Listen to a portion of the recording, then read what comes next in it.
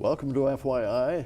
Once again, Barry ZeVAN's my name, and the name of R.T. Rybak is very familiar to people in Minneapolis, Minnesota. We're seen all over the world, but for those of you watching here in Minnesota, he was the former mayor, very successful mayor of Minneapolis, Minnesota, and it's such a joy to welcome RT to the show. Thank you. It's a joy to be here because I remember as a kid, I was a big kid, I don't want to age either of us, but watching you on the weather those many years ago, and you really kind of shook things up, which I appreciate. Thank you so much. Yeah. Really appreciate it. You are shaking things up now as CEO of the Minneapolis Foundation, and I think a lot of people are not familiar with the fact that there is a Minneapolis Foundation, right, although it has a great reputation for the people who know right, about foundations. What does the Minneapolis Foundation do? Well, you know, it's one of those things that when you have an institution like the Minneapolis Foundation, which has been around for 102 years, people don't always understand it all. And when I hear foundation, I think of a group of people with a pot of money who write checks to do nice things, and we do that. But it's more than that because unlike a lot of foundations, Minneapolis Foundation's the second oldest community foundation in the country. And that means that 102 years ago, people said, let's have not only a place where the people at the foundation give away money, but let's have individuals be able to open an account there too. So now there are 1,800 people who have individual accounts to do their charitable work through. And it's a little bit like you have a financial advisor who helps you make the money. We're the financial advisor to help you give away the money, to make sure that it's reputable organizations, and more important, that it's really helping social good. So a few years ago, we used to bring in about $30 million to these accounts, and our donors would put out $30 million a year, and that's a lot. When we hit our 100th anniversary, we went up to $50 million in the door and about $50 million to charities around the region. And last year we hit $76 million in the door. Oh, wow. And we're getting a corollary amount out there, and our year ends in April. So it's we're filming this right before April. We're about to end the year, but we're going to do even better than last year. Oh, congratulations. So the amount of money coming into the foundation has doubled over the past 4 years. But the good news is the amount of money going out to do good work in the community has doubled. I don't get to control all that money. I get to inspire donors. We have relationships with them, we work with them, so we try to bring them together. And we also have a really good team there. We've had great people there for many years, and I've added a few really, really great players. Ellen Luger, who used to run the General Mills Foundation, Shonda Smith-Baker, who used to lead Pillsbury United Communities, which has done so much for communities around the region. Dominic Washington, who used to be at Bush Foundation. You know, this whole group of new people have come in with a really great base of people there. And so together we're doing some pretty big things. Oh, that's fantastic. Congratulations on the growth. It's exciting. Is the parameter that the money that is given from the donors has to stay in Minneapolis? The money can go anywhere. So let's pretend Barry ZeVAN, with all the money you get paid for this show, decided to open a donor account. Right. Zero. Well, anyway, let's say you decided to open a donor account. So you'd say, okay, I'll write a check to the foundation, and then you get your charitable donation because we're a nonprofit. But then it sits in an account, and you sit down with our team. They're really great people.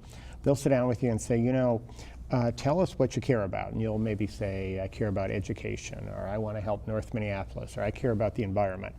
And then we'll tell you a bit about what we understand is going out there, but we'll maybe go on visits with you to those charities. We'll say, you know you care about environment and schools. Did you know there's this good program to teach environment in classrooms? Or we may say, you know, Barry's interested in this, but over here, Suzanne is interested in that, and then we'll partner you together. So it's really exciting because, you know, if you think about 1,800 people who are putting out millions of dollars, they're really good people, and some are really rich, some are not. A school teacher in Hopkins who puts money in for scholarships for kids in his class, you know, it's really wonderful, heartwarming sorts of things. So I really feel blessed to be able to work with so many good people. Oh, that's fantastic. Yeah, it's a really an incredible opportunity. I would assume, being the second oldest foundation like this in the country, you've really been able to go so deeply into who really needs what. Well, you know, that's absolutely true. And it's also been exciting to figure out how to really learn about what helps people give more. So for instance, if you think about, for 102 years, there have been people at the Minneapolis Foundation who've worked with individuals like you and their family. We know a lot about how families do charity, and sometimes it's complicated. You may want to do this, your partner wants to do that, your child wants to do that, your in-laws want to do that. You know, it gets complicated, right? So over our 102 years, we've developed a lot of knowledge, and now we have something called the Family Philanthropic Resource Center. And what that's about is helping families we do family meetings for them to how to understand that. We bring families together to talk to each other about what to do. We've also have a really exciting group called Fourth Generation, which are young people in their 20s and 30s who put $250 in a pot, and then each year they choose a charity. And so we're growing the next wave of philanthropy. That's wonderful. Yeah, it's very exciting. Yeah, I think not being solicitous, but really true, they could not have chosen a better CEO than you as former mayor of Minneapolis, and so many incredible things happened under your guidance and under your leadership. Well, you're kind to say that. Well, it's true, but Thank you. Thank you. So, to me, it's a natural. I mean, the fact that you were mayor and then all of a sudden this opens up. Yeah. You know every nook and cranny of this city. Well, I know a lot of them, and one of the things that's kind of interesting, Barry, is that, you know, people will say, well, this is such a big change. It's funny, I'm working on many of the same issues. I'm working on making schools better, improving our environment and the arts, especially trying to maximize the fact that we're an incredibly diverse city and really celebrate and enhance the assets of all. These are all things I worked on as mayor. I'm not doing snow plowing. I'm not doing potholes. Sorry about that. But I am doing schools and kids and work and environment and climate and all those issues. The arts, I get to spend a lot of time in the arts, which makes me real happy. So it's not an appreciably different set of issues. It is different, though, to recognize that you're a partner, you're not running it, which is a lot easier because when I was mayor, a few years in, I kind of came to the conclusion, oh, I get it, I'm not able to do a single thing myself. So you have to have partnerships. So even though I had kind of a fancy title, I had to get people around the table, and that's what I do now. Wonderful, wonderful. What you've just described, I think some people in high offices these days are recognizing. The ones who are, there are some who people are in based high in office, Washington, D.C. Yeah, some in high office, I would prefer that they don't get anything done, actually. Speaking of politics, Yeah. I've been blessed enough to have relationships with a lot of people who did make it way up to the top. Yeah. But including President Truman, about which I write in my book. There's a shameless plug, by the way, coming up at the end. There. You mean this book? That book? Yes. That one. Yeah, we at the end we give a shameless plug. Oh, good. I already But I did take care of it. Now Thank we you. have a second shameless plug here. Thank you. And people should know, in my opinion, how terribly tough it is to run for office. In my opinion, anyway. I know the hard work. I mean, all the volunteers and all the hours and hours. It's a wonder you even sleep. Yeah. What motivated you? Were a journalist, and so what motivated you to want to get into helping the city? Yeah, some people come to the issue later in life. I came really early, and I mean, it was really sort of around 12, 13 years old when I thought I want to be mayor of Minneapolis. And, because I've been asked that question, because I wrote a book about it and all that, I had to think about that a lot. And it became pretty clear to me after I, really focused on that, that a big part of the reason I got to this so early was I was raised in a situation where I was kind of straddling a different set of lines. I grew up in this middle-class neighborhood in South Minneapolis, and my parents ran a corner store. They were solidly middle class, not rich or poor, but they took, most of their money and put us into a school, BRAC, that they thought would help get us into college. My mother had never gone to college. That was her big deal. So all their money went there. But my father's drugstore was at Chicago and Franklin, which was at that point a pretty tough place. So at an early age, especially once my father died and my mom was running the store and we'd go to the basement of the store and do our homework after work, I would have days that would be, you wake up in the middle class, you go to school with a bunch of people richer than you, you go to the drugstore where there are a bunch, in a neighborhood where most of the kids had a lot less than me. We'd deliver prescriptions around the neighborhood. I'd kind of see what houses were like for kids my age, and it wasn't pretty. And then I go back the next day through all of that. And now we describe that as, understanding where you are on your continuum of privilege. To me, it just meant that my days showed me that everybody didn't get to live the life I had. And some had a lot, and some had a lot less. And I began to, I think in my head, begin to ask these questions about what's fair or not, and how I wanted to fix that. And that's really about the time I started to get this really bizarre idea I wanted to be mayor. And then Watergate came along, and I saw the incredible things that journalism could do, so I wanted to do that too. So I went away to college with the idea that I was going to come back and I was going to be a journalist for the Star Tribune, writing about cities and architecture, and I was going to become mayor. And through a lot of stuff, I got to do both of those. Wow. Which was, I mean, it wasn't simple, but that all happened. And the problem is when you get when you have a dream as a kid, you need to know what happens before you wake up. So I had this dream, but then, okay, so I did those. Now what? So the beautiful thing now is I'm in this period of time where, I've had my name attached to things and been on lawn signs and, the person who always gave the speech and all of that. And so I've got that out of my system. And now I can focus more on just getting stuff done. And I find right now with the Minneapolis Foundation, I can go deeper on issues. I could be working on making things better for kids or creating more jobs for those most in need when I was mayor, but things happen. Bridges collapsed, tornadoes hit North Minneapolis, cops, community made something happen. So you don't control your agenda. Mm-hmm. So now I control my agenda to a much larger degree.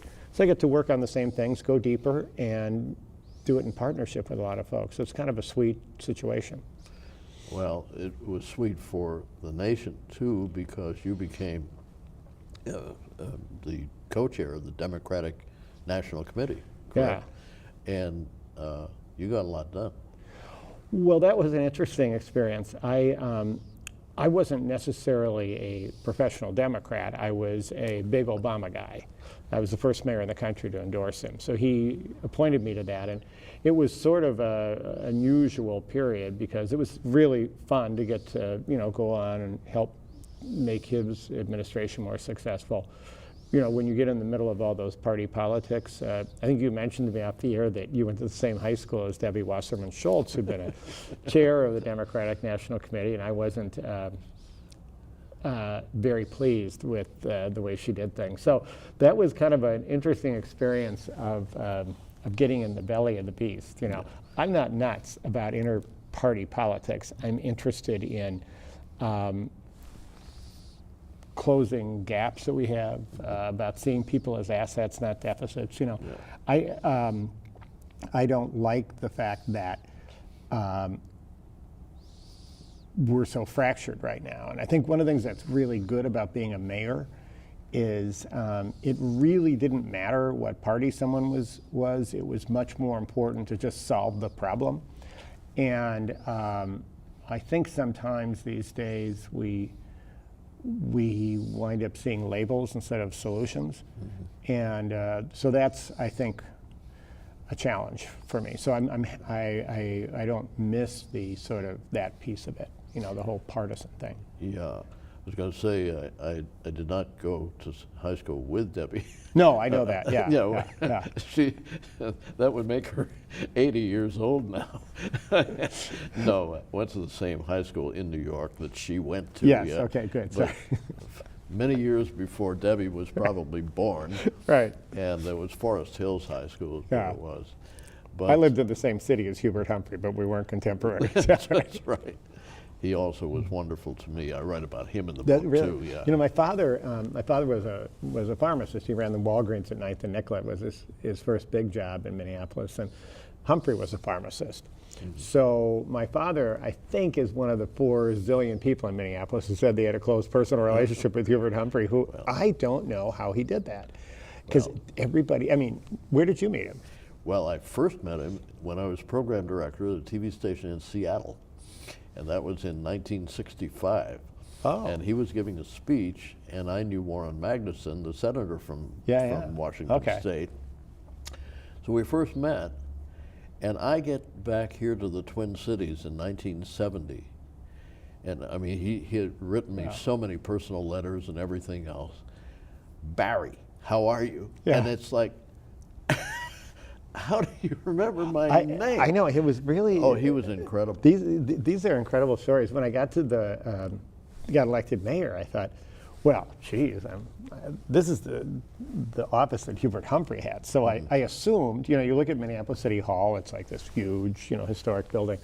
I thought somewhere I know there's this like attic or some door I'm going to open. I'm going to, you know, put aside the dust and all of that, and suddenly here will be Hubert Humphrey's desk, and I'll bring it in. You know, so I looked all over City Hall, thinking that there was something from Hubert Humphrey left because he was mayor. You know, and I found this one little, you know, side table that had been his office, and we sort of built a whole conference room around that little thing. Right, yeah. But there's very little physically left of him in Minneapolis City Hall. There's a statue out front.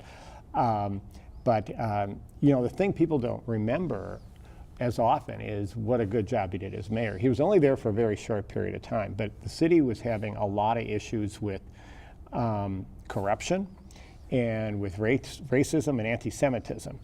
And he really took those on, and there was an assassination attempt on him.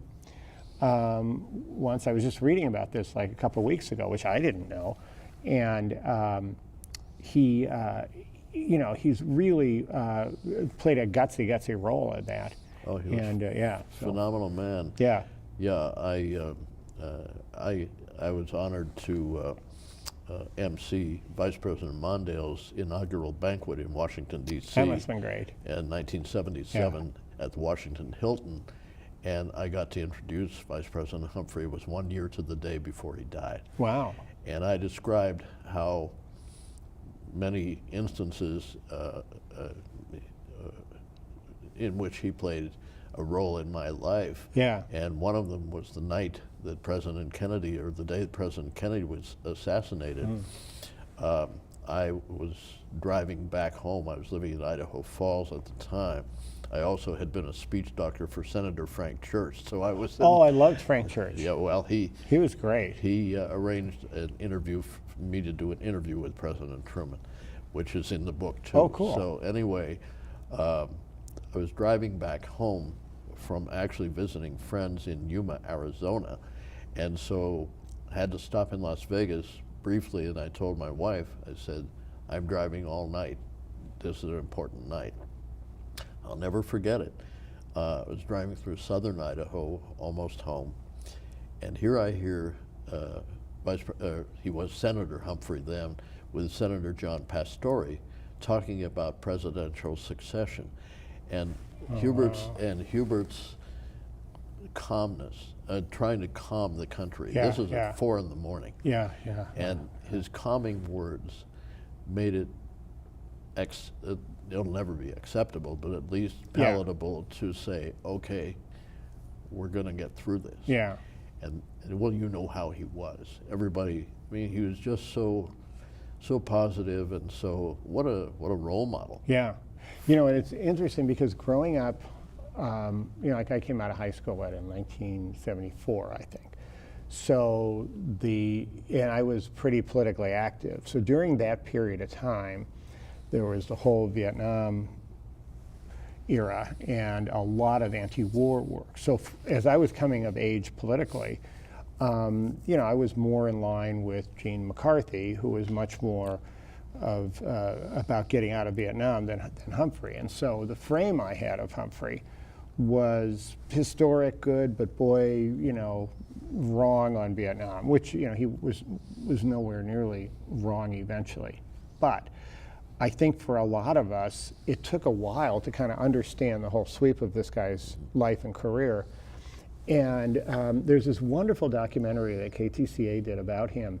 And at the end of it, I swear it goes for 5 minutes, it's a list of all of the legislation he passed. And when you think about having a Senate now, and certainly a House of Representatives that can't seem to pass a darn thing, and this guy, voting rights and humanitarian program, I mean, on and on and on and on and on.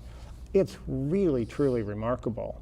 And so I think it's really helpful when you judge the work of political leaders to judge them of their time, but also allow yourself to come back and revisit that, because I think some of the very, very best are ones who were not necessarily completely appreciated in their time, but they're doing the long work. And I think the way we consume political work sometimes and public work that elected officials do on other people's behalf is about a news cycle, and that's just not the way to do it. No, I think what's lacking today so much, we may have one or two statesmen in office, but not many. You mentioned Gene McCarthy. Living in Washington, D.C. and being on television in D.C. allowed me a lot of privileges to meet even more people. Right. I must have seen a ton of them. And Gene McCarthy was my tennis partner more than once, about 4 or 5 times I'll never forget it, he introduced me to this girl he knew who was the secretary to the governor of Puerto Rico. And so she was based in D.C. for whatever reason, and so we all played tennis together. Wow. On Saturday mornings. It was so funny. Who did, of those sort of political leaders you met, who impressed you more than you thought? Like who kind of went under the radar, who you look back on now? Wow. Like I would say a Frank Church, for instance. Well, you Church mentioned was the phenomenal. And did great work fighting this, overreach of CIA and all this kind of stuff. But who, I don't know if you believe in zodiacs. You and I are the same zodiac sign as Frank Church. He was a Leo too. Oh, see, I'm a Scorpio. Oh, I thought you were a Leo. No, but the thing about, I don't go that far down. Yes, this is a good chance to show Barry's book. No, I thought you were a Leo. I thought you were a Leo. Anyway, so talking about zodiac signs, Hubert Humphrey and Donald Trump are the same zodiac sign. So that means you should never believe in zodiacs. Okay, go ahead. The heck with it. Well, I'm a Scorpio, okay, so I sort of look around. I read these things every once in a while for amusement, but when you say I'm a Scorpio, people who are really into it will go, oh. It's like, what does that mean? So I don't know what means about Scorpios, but apparently it's dangerous. Scorpio men are terrific. They're great. I'm not saying it to be solicitous. It's true. It's true. You're great thinkers. Why don't you tell that to all the women who wouldn't go out with me for years and years and years? Yeah. My wife is... See what you missed? See, Megan, Scorpios are really good people. Well, getting back to your question, the one who impressed me the most was the brother of my former boss in Las Vegas. The guy's name was Paul Laxalt. Oh, and Paul, he was a big Reagan friend, wasn't he? He was Ronald Reagan's kingmaker. Yeah. And then both the governorship of California and being president, he was Reagan's campaign chairman for the presidency. Yeah. Well, when we moved to Washington, D.C., Paul had become a senator from Nevada. And his birthday one day before mine. That's the only thing I know. Also, which is Barack Obama's birthday, Paul Laxalt. That's another thing to not believe in zodiacs because they're the extreme opposite. Well, neither one. Forget the politics. Neither one of them was a.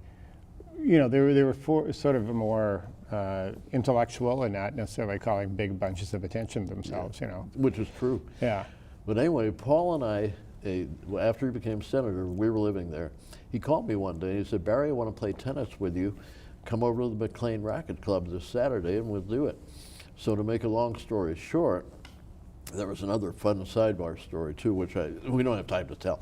Anyway, after the tennis, we're out on the patio having iced tea, and there was a senator from Pennsylvania, I can't remember who it was, and some other guy, and myself and Paul. And so Paul said to me, he said, if you weren't in broadcasting, what would you like to do? I said, Paul, truthfully, I always wanted your job. Oh. I've always wanted to be governor of Nevada. I loved the state of Nevada. Yeah. It was fun to live, or fun where to live. So anyway, Paul said, in all seriousness, he said, Barry, you move back to Las Vegas for 2 years, and I will make certain you are governor of Nevada. So why didn't you do it? Scared the heck out of me. Did it? I could see the marionette strings and me dancing Yeah. to whatever tune they wanted me. Yeah, that would have been interesting with him. Okay, so I believe this is Barry announcing he's running for governor of Minnesota. So this, Absolutely. yeah, good. This would work, wouldn't it? There goes the state. Yeah. So You could have a anyway, heck of a lot of fun for a few years. What would you do if you were governor? oh my goodness, there's so much to do. I mean, the state is so incredible. It would never happen, but just to make sure that people treated people more nicely. Boy, Treated you know, people that's better. a really great, clear thing right now. I mean, isn't it? Like, Yeah. can we just all kind of We're all human chill beings. out and be nice to each We're other for a just little bit? human beings. You know, and I mean, me in my 80s now, I recognize it more and more. And I become like these kids who have marched, by the time this airs, will have marched in D.C. to help save lives in schools, et cetera. Here in Minnesota, we have such a stellar reputation for being such a wonderful state, wonderful people, but guess what? We have problems too. Yeah, yeah. So we have about another minute. So anything else people should know about R.T. Rybak? How about, are you going to run again for any office? Do you think? I am definitely running the Minneapolis Foundation. Oh, okay. And I love the foundation, and I hope if people want to do something good in this community, they give us a call at the Minneapolis Foundation, and we could help connect them with good places to do that. Okay, well, I'm sure there are a lot of people out there, including myself, who say, hey, you know, there are some offices I think you would be Well, that's fantastic nice. for. How about governor of Minnesota? Yeah. Well, you and I could run as a ticket. How's that, Barry? Oh, We'll do wow. that. Yeah. Well, you'd lose for Yeah. sure. I'd be the losing part. But thanks for your wonderful thoughts. Thanks. Well, again, R.T. Ryback, thank you so much. Thank you, Barry. What a See ya. joy. Yeah. Thanks you. And now it's time for the shameless plug. Okay. Yes, the audience is oh, buy this book. Oh, wow. Yes. Thank you, sir. Wow. He said buy this book. You can buy it on Amazon. And there are a lot of stories in here. We were talking about Vice President Mondale. He is one of the ones who endorsed it on the back, and along with Sam Donaldson and Rudy Maxa and several others for whom I'm very grateful, and very grateful for R.T. Rybak coming today. We have lots more coming up on our shows in the future, and with people who hopefully will be of interest to you. So until next time, thanks for watching.